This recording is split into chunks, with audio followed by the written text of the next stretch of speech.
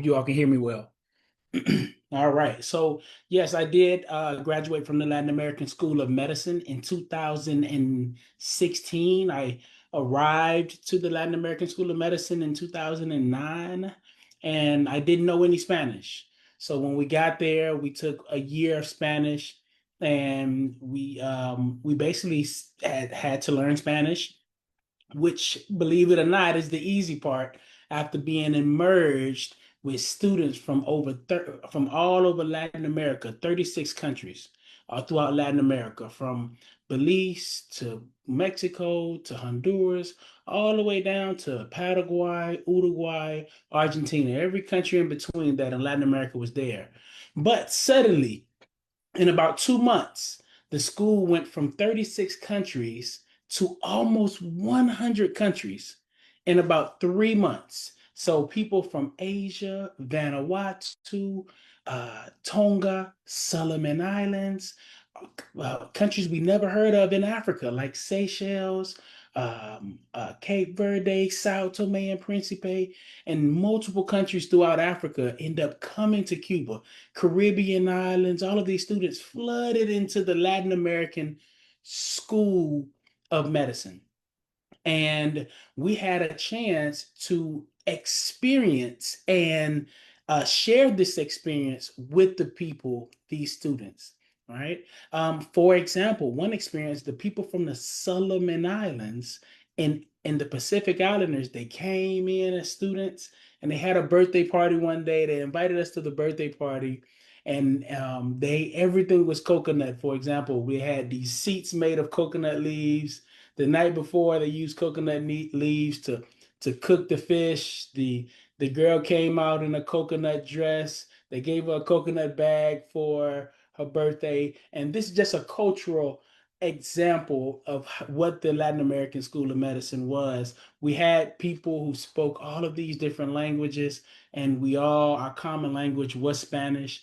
We came together and ended up speaking Spanish to communicate with each other, but we related with each other, and we shared our different cultures. As far as the education in Cuba, my second year in Cuba in 2010, we got a chance to witness these doctors who graduated from the program come to our school, prepare themselves after there was a hurricane to one of the closest countries to Cuba in Haiti. These students came into the school. We saw them prepare. We saw what it means to perform a brigade, to go to perform acts of humanity, to perform acts of solidarity. As they mobilized and went to Haiti in 2010, we have multiple colleagues that participated in that actual brigade, and so we witnessed this. We witnessed these things. We witnessed these students go to Africa, and these graduates go to Africa in 2014 to fight Ebola.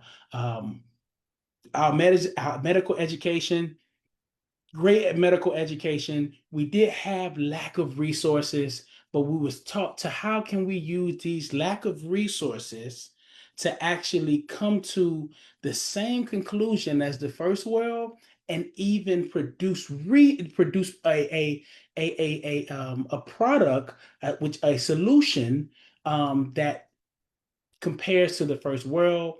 How do we eliminate vertical transmission of HIV with the lack of resources? How do we eliminate tuberculosis? How do we eliminate measles? How do we do these things? How do we diagnose simple things that come to the clinic using minimal resources?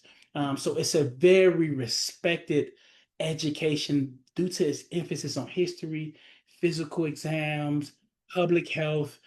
It's three-tier model of the polyclinic and what sort. We got a chance to work in actual, since we was talking about Salvador Allende, the name of our hospital was Salvador Allende, which was one of the actual headquarters of the Herbaport project. I know we heard of the Herbaport vaccine, per se, that we inject into the actual legs of diabetic patients to prevent them from having amputations. We were right across the street from one of the biggest institutes that we had a chance to rotate in, the Pulmonology Institute, where we were talking about the vaccine against lung cancer. If anyone heard about that. So we were exposed to a lot of very sophisticated levels of education. We were taught to be médicos de ciencia y conciencia, right? Which every medical student that passed through this program knows that phase, which means that we have some type of some moral contract with the communities that we come from and throughout the world, and not only just passing our exams, right?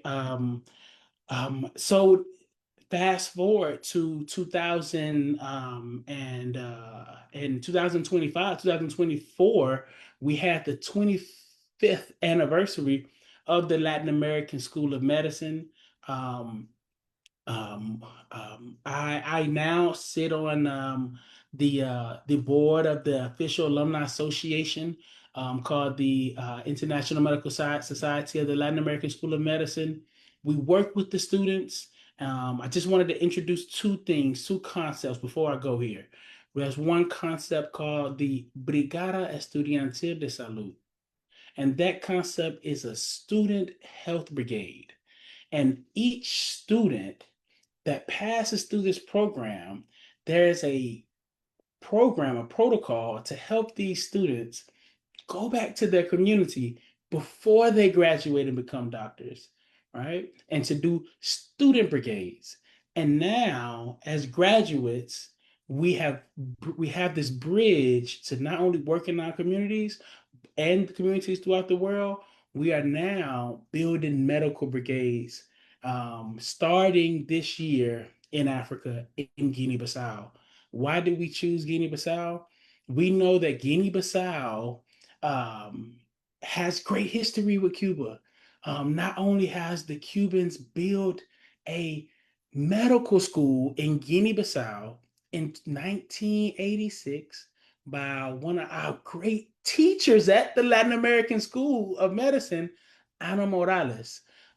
She started a medical school called the Raul Aguirre's Faculty, and now it's only it's only Guinea-Bissau students that are practicing in this that are learning to become doctors in this faculty. So they have even more history. Cuba has a lot of history in Guinea-Bissau. So this year, myself, I'm one of the coordinators, principal organizers of brigades for the official alumni association. Um, we're working together with the students there, the students and some students from ELAM, as well as some doctors as well. So this is a student brigade and a medical brigade tied into one, and we will be going back to Guinea-Bissau to do one of many brigades to come. Um, Many brigades to come. So, with that being said, the Latin American School of Medicine is still giving out full scholarships. You all can reach out to IFCO. You all can contact IFCO if you're between the ages of 18 and 25, and we'll go through the process. And if you meet the criteria, we would love to have you to come down to be a doctor with ciencia y conciencia. Thank you all.